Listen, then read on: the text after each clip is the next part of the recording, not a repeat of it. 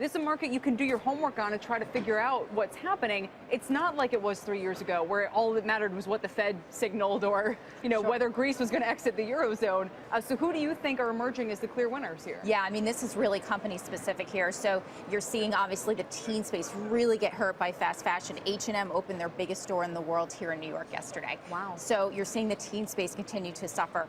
You're seeing the likes of TJX and Ross stores that just reported, that was a beat that Courtney just said, continue to outperform. The consumer is shopping differently here. And, you can start to really drive a Mack truck between the winners and the losers, and that divide is just getting greater every quarter here. And I was surprised, guys, as well, Mike, Best Buy just put up a great quarter. And here you would think they're an obvious Amazon target, and maybe they still are, but still managing to outperform. I never know how much to extrapolate off of that, off this particular quarter as well. But I wonder if you have any insight, though, Stacey, about exactly are we seeing what can we say about the structural changes and what people want to buy? The whole question of, are we buying less just clothing, or buying it in a different way? Yeah, I mean, you've really seen apparel just lose market share over the last couple of years. Not only has it really been a bad fashion cycle, and these retailers need to breathe some life into what they're doing, but people are shopping differently. They're shopping on athleisure, where they're dining out more. Look at the retail sales. They're doing more about experience. And of course, the higher income consumer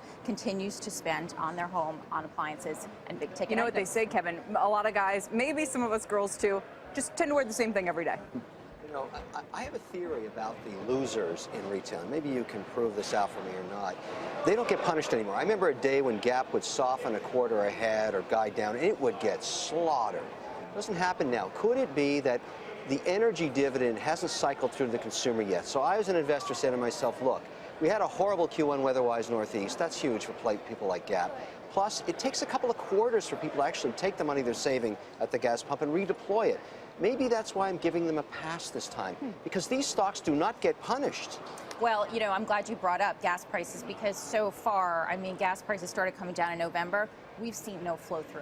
I mean, and imagine how bad the numbers would be if we didn't have that gas give back to the consumer. So, I mean, look at Walmart's numbers. The comp was 1%. And oh, by the way, these are against really, really easy comparisons from last year. Courtney, same question. Do you expect that we just haven't yet seen the benefit here? Do you think investors are giving some of these names the benefit of the doubt? I think interestingly on that gas price point there, I think we are seeing some benefit, but again, it's not in the traditional apparel retail players. We saw some of the movement in the government's retail sales number in restaurants, bars, again, those experiences which also harkens back to that whole structural change and what we're choosing to spend our money on. So I think that's going to be a very interesting thing for consumers. And your other point about folks perhaps not buying what they used to or changing where they're buying it, I still think the dichotomy is so interesting, with many people, millennials or perhaps even baby boomers, buying from H&M or Forever 21, but also pairing it with a very expensive handbag. So again, you have the fast fashion,